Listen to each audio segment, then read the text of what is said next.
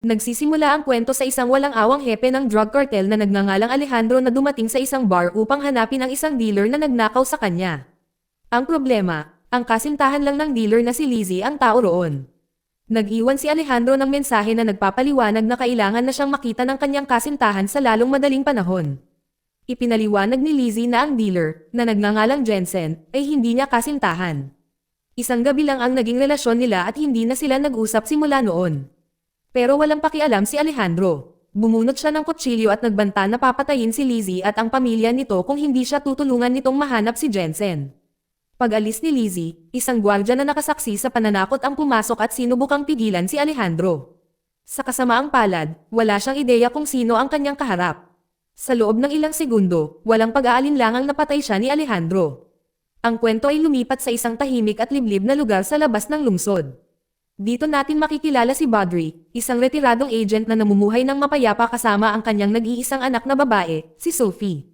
Mag-isa silang nakatira sa isang maliit na kubo sa kailaliman ng kakahuyan, malayo sa ingay at kaguluhan ng lungsod. Tahimik at simple lang ang kanilang buhay. Hindi tulad ng karamihan sa mga teenager na babae, si Sophie ay pinalaki ng may mahigpit na disiplina. Napaka-protective ng kanyang ama at sa halip na babalaan siya tungkol sa pagtambay o pag-aantay sa gabi, tinuruan pa siya nito kung paano humawak ng baril. Nakakagulat na komportable na si Sophie sa ganitong pamumuhay at nakikita niya itong normal na. Dumating ang susunod na umaga. Sinisimulan ni Badri ang kanyang araw sa pamamagitan ng panalangin, na nagpapakita ng kanyang matibay na pananampalataya at pasasalamat para sa kanyang pamilya. Dahil kaarawan ni Sophie, naghanda siya ng cake at isang espesyal na regalo para dito. Habang natutulog pa rin si Badri ay pumunta siya sa bayan upang bumili ng ilang gamit sa pangangaso. Sa karaniwan niyang talyer, nakakita siya ng isang segunda manong pamutol ng damuhan. Nasa maayos pa rin itong kondisyon at madaling maayos, kaya binibili niya ito sa mababang halaga. Pagbalik sa kubo, nagising si Sophie at binuksan ang kanyang regalo sa kaarawan. Tuwang-tuwa siyang matuklasan ang isang semi-automatic na sandatang Glock, isang bagay na matagal na niyang palihim na pinapangarap. Matapos itong ligtas na may tago, tumungo siya sa ilog upang mangisda. Bigla siyang may narinig na sumisigaw ng tulong. Sa halip na tumikim sumugod ng walang imak, nagtiwala si Sophie sa kanyang likas na hilig sa kaligtasan at umuwi para sabihin sa kanyang ama na kara-rating lang. Magkasama nilang hinanap ang lugar malapit sa ilog. Hindi nagtagal ay natuklasan nila ang isang dalagang nagngangalang January na inaanod sa tubig at malubhang nasugatan. Napansin ni Badri ang isang tama ng baril sa kanyang tagiliran. Gusto niya sanang dalhin ito sa ospital, ngunit nagmakaawa si January, na halos wala ng malay, na huwag itong gawin. Dahil limitado ang mga supply medikal, ginagawa ni Badri ang lahat para matigil ang pagdurugo. Matapos gamutin ang kanyang mga sugat, naghanda si Sophie ng mainit na sopas ng manok upang matulungan si January na mabawi ang kanyang lakas. Habang papalubog ang araw, binalaan ni Badri si Sophie na dumistansya. Si January ay isang estranghero na may mga tama ng bala, at wala silang ideya kung sino talaga siya. Gusto lang niyang manatiling ligtas si Sophie at intindihin ang sitwasyon. Kinabukasan, nagising si January at napagtanto niyang nakaposas ang kamay niya sa frame ng kama. Mahinahong ipinaliwanag ni Sophie na bahagi ito ng protocol sa kaligtasan ng kanyang ama. Kahit nakakabahala, taos-puso ang kanilang mga intensyon, at nauunawaan ni January na sinusubukan lamang nilang protektahan ang lahat ng sangkot. Samantala, tumungo si Badri sa supermarket upang bumili ng gamot at malinis na damit. Habang naroon, hindi inaasahang nakilala niya ang isang matandang kaibigan, isang lokal na sheriff na nagngangalang Brick. Ipinakilala rin siya sa bagong partner ni Brick na si Davenport, na kamakailan lamang ay inilipat. Pagkatapos ng maikling pag-uusap, naghiwalay na sila ng landas at ipinagpatuloy ang kanilang araw. Nang gabing iyon, habang natutulog na si Sophie, nilapitan ni January si Badri, nagising pa rin. Sa wakas ay nagkwento na rin siya tungkol sa tunay na nangyari. Ipinaliwanag niya na pagka-uwi niya galing trabaho, nadatnan niya ang kanyang kasama sa bahay na si Lizzie na pinahihirapan ng dalawang lalaking nakamaskara. Kahit wala siyang kinalaman dito, nasaktan din siya noong pag-atake. Pagkatapos ay kinaladkad ng dalawang lalaki ang dalawang babae papunta sa ilog. Binaril nila ang isang lalaking may kaugnayan kay Lizzie at itinapon ang katawan nito sa tubig.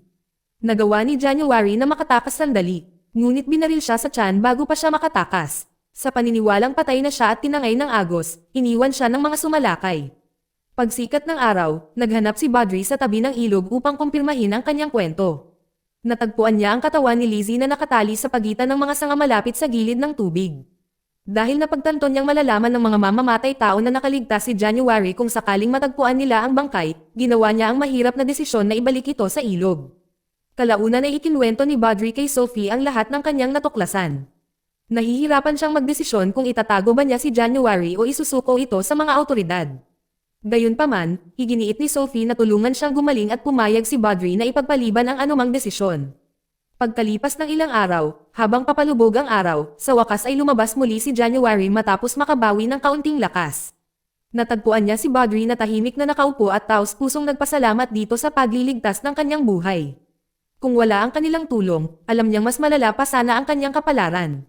Nang makitang maayos na ang paggaling ni January, at ubiling sinabi ni Badri na ililipat siya sa isang klinika na pagmamay-ari ng isang dating kaibigan simula kinabukasan. Tiniyak niya rito na sasagutin nito ang lahat ng gastusin. Dahil nauunawaan ni January ang sitwasyon, tinanggap niya ang kanyang desisyon. Nang gabing iyon, nahuli ni Alejandro si Jensen at brutal na binugbog ito.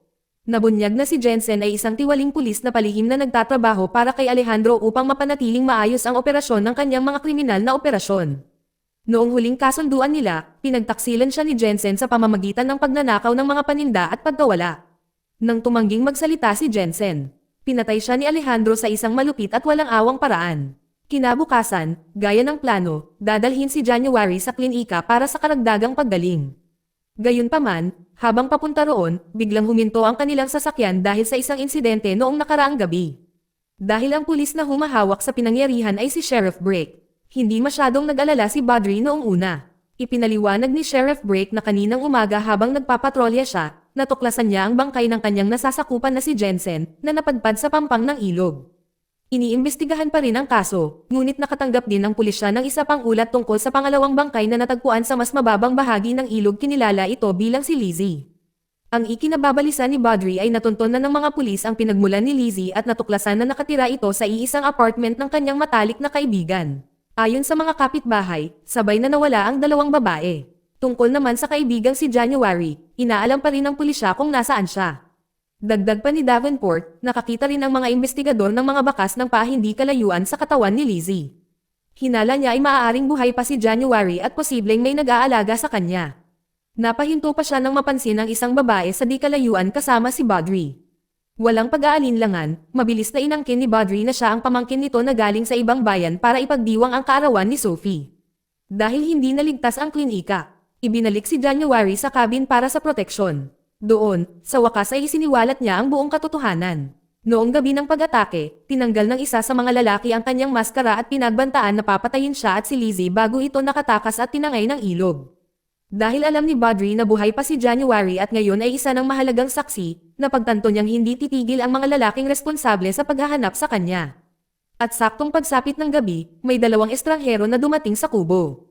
Sila pala ay mga tauhan ni Alejandro. Walang nakakaalam kung paano nila nahanap ang lugar, ngunit mariing iginiit ni Badri na wala siyang nakitang babaeng hindi niya kilala sa malapit, kaya't kalaunan ay nakumbinsi niya silang umalis, ngunit hindi talaga sila umalis. Isa sa mga lalaki ang palihim na bumalik sa loob ng cabin para patayin si January habang ang isa naman ay naghihintay sa kotse. Ang pagkakamaling iyon ang nagbuwis ng kanyang buhay nang mahuli siya ni Badri.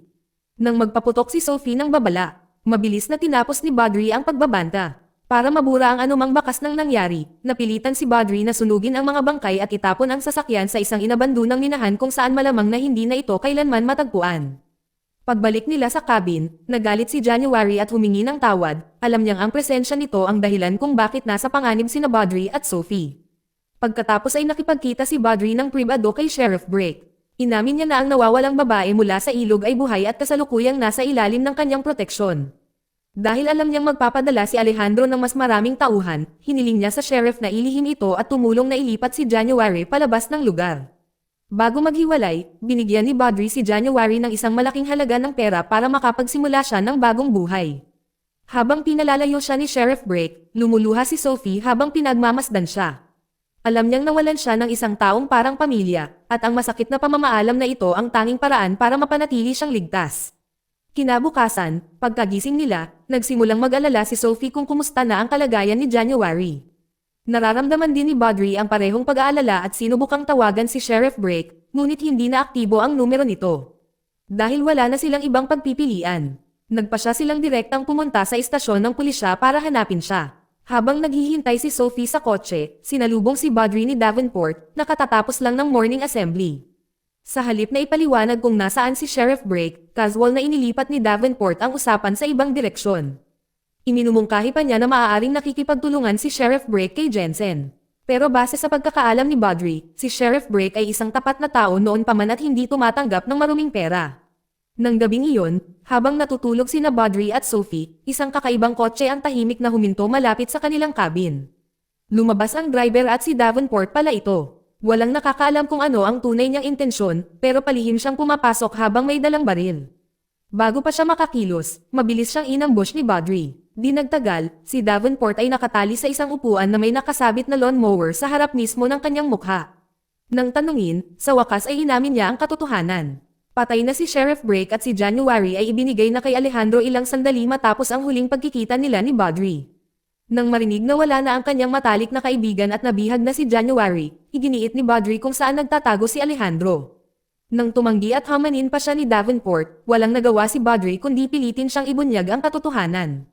Nang sa wakas ay ibunyag ni Davenport ang lokasyon ni Alejandro, naglaan sandali si Badri para sumulat ng liham para kay Sophie. Doon, humingi siya ng tawad sa hindi niya pagprotekta sa kanya sa paraang dapat sana. Sinabi rin niya rito na kung hindi ito babalik pagsapit ng umaga, kailangan itong pumunta sa bahay ng lola nito sa Mexico. Pagkatapos ay tumungo si Badri sa isang abandonadong pabrika, hinihila si Davenport bilang puwersa. Doon ay sinalubong siya ni Alejandro, na sumalubong sa kanya ng may kumpiyansa at mga pagbabanta, handang patayin si Badri at ang kanyang bihag. Hindi nakikita, palihim na sinundan ni Sophie ang kanyang ama, at naganap ang isang marahas na bar-ilan. Habang papasok ng mas malalim sa gusali si Alejandro, si Badri ay binaril sa dibdib at bumagsak.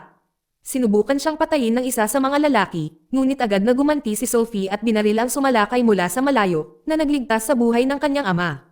Ang kanyang matapang na galaw ay naglantad sa kanyang posisyon, at isa pang kaaway ang nagsimulang lumapit sa kanya. Mabilis na nag-isip, nalinlang siya ni Sophie sa pamamagitan ng pag-iwan sa kanyang rifle bilang pang-akit, na siyang dahilan kung bakit siya nahila palayo. Samantala, pumasok si Badri sa loob at natagpo ang buhay at ligtas si January. Natuklasan din niya na buhay pa ang asawa at anak ni Jensen. Habang hinahanap ang mga susi para makalaya sila, bigla siyang sinaksak ni Alejandro mula sa likuran. Sa kritikal na sandaling iyon, lumitaw si Sophie at binaril si Alejandro na siyang nagpahinto rito. Gaya ng dati, sakto lang ang pagdating ni Sophie. Sa wakas ay natapos na ang bangungot ng mamatay si Alejandro. Ang mga sumunod na pangyayari ay nag-iwan kina Badri at January na nangangailangan ng ilang buwan ng paggaling.